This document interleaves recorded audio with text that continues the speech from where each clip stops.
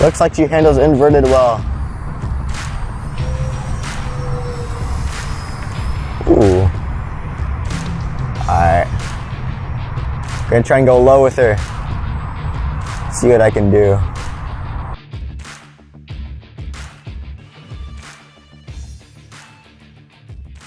Ladies and gentlemen, welcome back to the channel. I'm John. If you're new here, welcome. Feel free to look around my channel and then come back to this video. But what I have in front of me is the FMS F-35 Lightning II V2. So I got this as a birthday present and it came as a plug-and-play package. So we had to supply ourselves with our own transmitter. I'm using my Spektrum NX10, and we also had to supply ourselves with our own flight battery charger, and our own receiver. You can't really see the receiver. I'm gonna open the canopy anyways, but we're using a Spektrum AR410. It's a 4-channel receiver that doesn't have any sort of stabilization, so there's no AS3X, no safe, none of that. So it's just me in the plane. So this is a 4-channel model because you have your ailerons, elevator. There's no moving parts on the vertical stabilizer, but you have this nice little steerable nose wheel at the front. And of course you have your throttle. So this model has a wingspan of 698 millimeters and it has a length of 960 millimeters. And with the battery installed, it has a flying weight of around 920 grams. This model is powered by a 64 millimeter EDF fan that's inside the fuselage, and you can see that here. So yeah, overall it's a nice looking model. It's not the most scale F-35 I've ever seen by any means, but it still looks pretty cool. So the build on this model was fairly easy. It was a bit odd at some points. For example, when we tried to install the main spar for the wings, we had to insert it into the fuselage. However, the lines were quite unaligned, so we accidentally punctured a hole in the fuselage, and we did our very best to try and cover that up with electrical tape. But everything else was fairly easy. And like I said, misalignment too. You can kind of see here, this is misaligned. The plate on the bottom of the fuselage had something we had to screw in, but that was also misaligned and we kind of had to just force it in. But the vertical stabilizers, like I said, new moving parts, so they're just CA'd in. And same thing for the horizontal stabilizer. You can see if I flip the plane over, there's a little plate that we CA the horizontal stabilizer to. And just as a note, the manual calls for a 5-degree tilt upwards from the fuselage on the horizontal stabilizer. Now we did spend quite a lot of time on this. I don't think we had to get it perfectly exact, but we wanted to get it exact, so we got this nice little 5-degree tilt. This is really similar to another plane that we've flown from, not the same company. It was Freewing, I'm pretty sure. It was the Freewing F-22, and we also had to do that 5-degree tilt on the horizontal stabilizer. So yeah, I think that's pretty much it for me, so let's go and maiden it. Alright guys, I have the F-35 all plugged in and everything is ready to go. So you can see I have aileron control, elevator control, and I've also got throttle. Oh, my throttle cuts on? Throttle. Okay, so I've read some reviews on this thing, and I'm not sure if it was on the V1 or the V2, but people, oh my gosh. Okay, this has like very little deflection on the rudder. I'm going to try and give this thing as much runway as I possibly can to take off.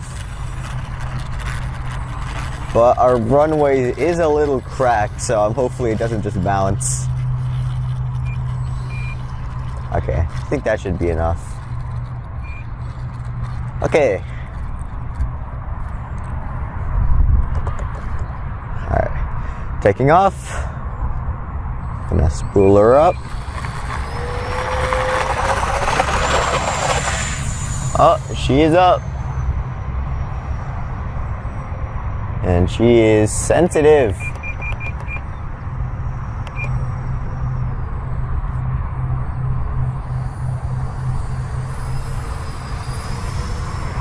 It's got some speed to her. I'll give her that. I also definitely need to add expo in this thing. She is performing nicely. Yeah, I definitely did add X on here. Look at this roll rate. Okay.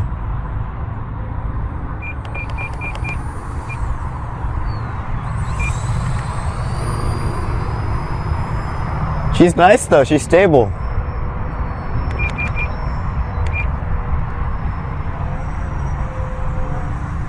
Looks like she handles inverted well. Ooh. Alright. Gonna try and go low with her. See what I can do.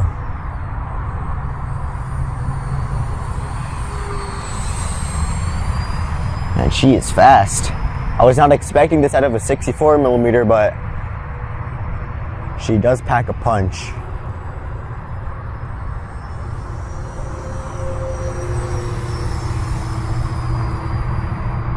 She tracks very, very well. Unfortunately, there's no rudder.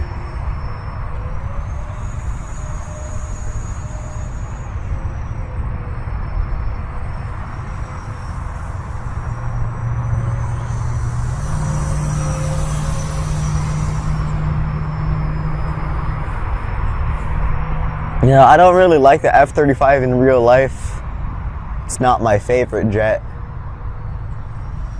I think it's mostly just like the design. I think there's definitely a lot cooler designs for those jets, but I do like this.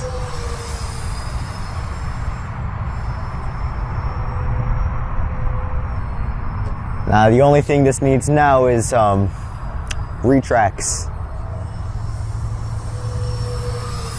I need retracts, afterburner, and VTOL, and then I'll be happy.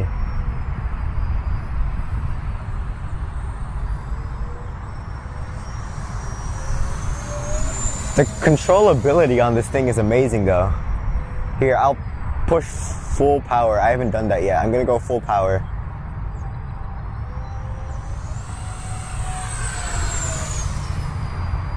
Jeez. She's violent. Okay. Let's just land really quick, because it's a jet and I'm gonna give her 3 minutes of flight time.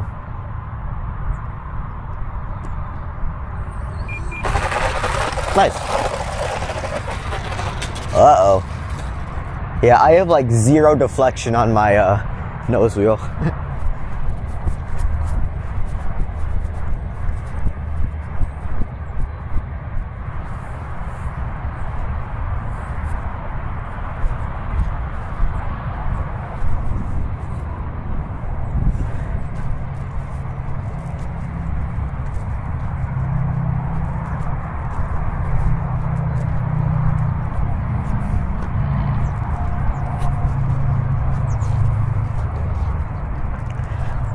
Okay, let's go down. Alright, so that was my maiden flight on the FMS F-35 Lightning II V2, and she was definitely not what I was expecting. She's definitely a lot faster than she looks, especially with just like this one little duck at the back. Also, I was expecting her to go quite slow, but this thing definitely does pack a punch, and that 64mm EDF fan is surely something. Now, the throws on my aileron and elevator are definitely a lot higher than I need them to be. So when I took off, I kind of just like twitched everywhere, but I got used to it. But yeah, she's very, very stable. She tracks well, and the inverted characteristics on this bird are really, really nice. So I did have to do a bit of trimming on my aileron and my rudder. Not my rudder, sorry, my aileron and my elevator. But after she was all tame, she's just a really, really nice bird. So for my next flight, I'm probably gonna do like 20% expo on my aileron and elevator, and I'm gonna try to increase the rates on my nose wheel, because that thing had like 0 deflection. But yeah, it's going for a second flight. Awesome, Maiden John. Absolutely beautiful flight. Congratulations. Alright guys, I have a second battery for the F-35, and last flight I clocked in at 3.78 volts on each cell, so I'm going to reduce the flight time by like 10-15 seconds. And I've also changed my expo for the aileron and the elevator. I put 20% expo on the aileron, and I kind of like the controllability of the elevator, but I think it was too violent for me, so I changed it to 10% on the elevator for expo at least. And like forgot to change my rates for the rudder. Just change that really quick. I changed it to 150. Hopefully it's better. Hopefully the servo doesn't break. Oh yeah, it's a lot more controllable. Alright, so it definitely doesn't need as much runway as I anticipated, so I'm just gonna take off here. Last control check. Alright. Taking off.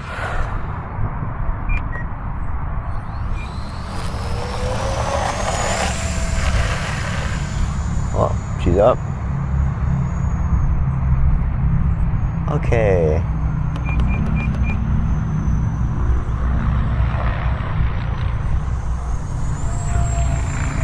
Okay, yeah, that's a lot nicer now.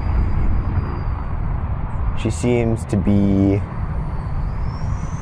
more friendly now that I have my aileron and elevator with some expo. Man, I'll never get used to that speed.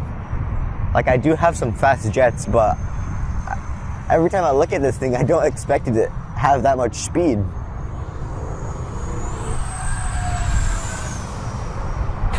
That's amazing. It's flipper.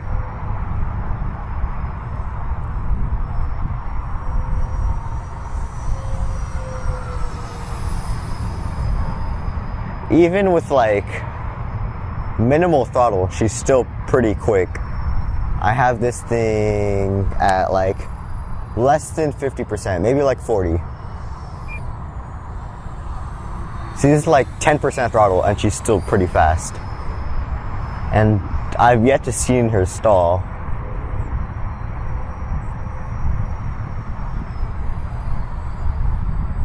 Going for a nice little pass here. She's fun. She's really fun to fly. I know there's some EDF jets that can be used as like a park flyer. Definitely not this one. I think she's too powerful to be a park flyer.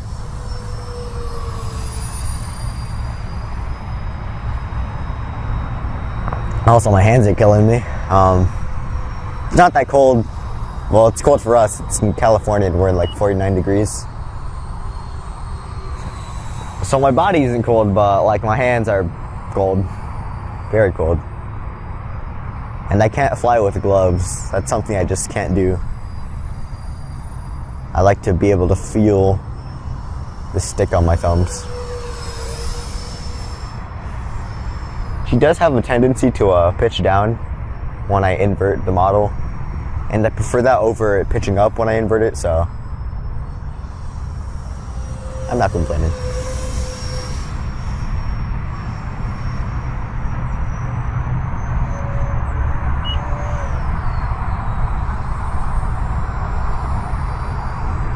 Okay, what am I at? 10 seconds. Last flight I had my timer set to 5 minutes. I forgot to change the timer. On my EDF jets I just set it to 3 minutes by default and then I just measure it. Okay.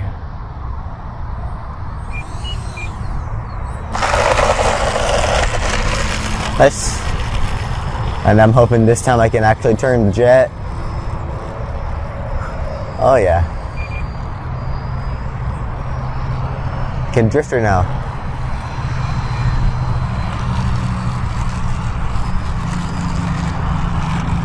She reminds me of the E-Flight F-15. Both the speed and the controllability on the ground. That thing also had zero controllability on the ground. Okay, so that was my second flight on the E-Flight F-35, and she's just a really, really nice model. I'm disappointed it didn't come with an afterburner and VTOL engine, but I can't get everything with a $150 64mm EDF jet. But I mean, yeah, she's really, really nice. And especially for just such a short wing, she flies very, very stable in the air. And I'm sure a beginner can get their hands on this if they change the rates enough, because even for me, the rates are still a bit high. So yeah, she's a really, really nice plane. The battery supplies a lot of power for her, and she's pretty quick for a 64mm EDF jet. So definitely go and pick this up.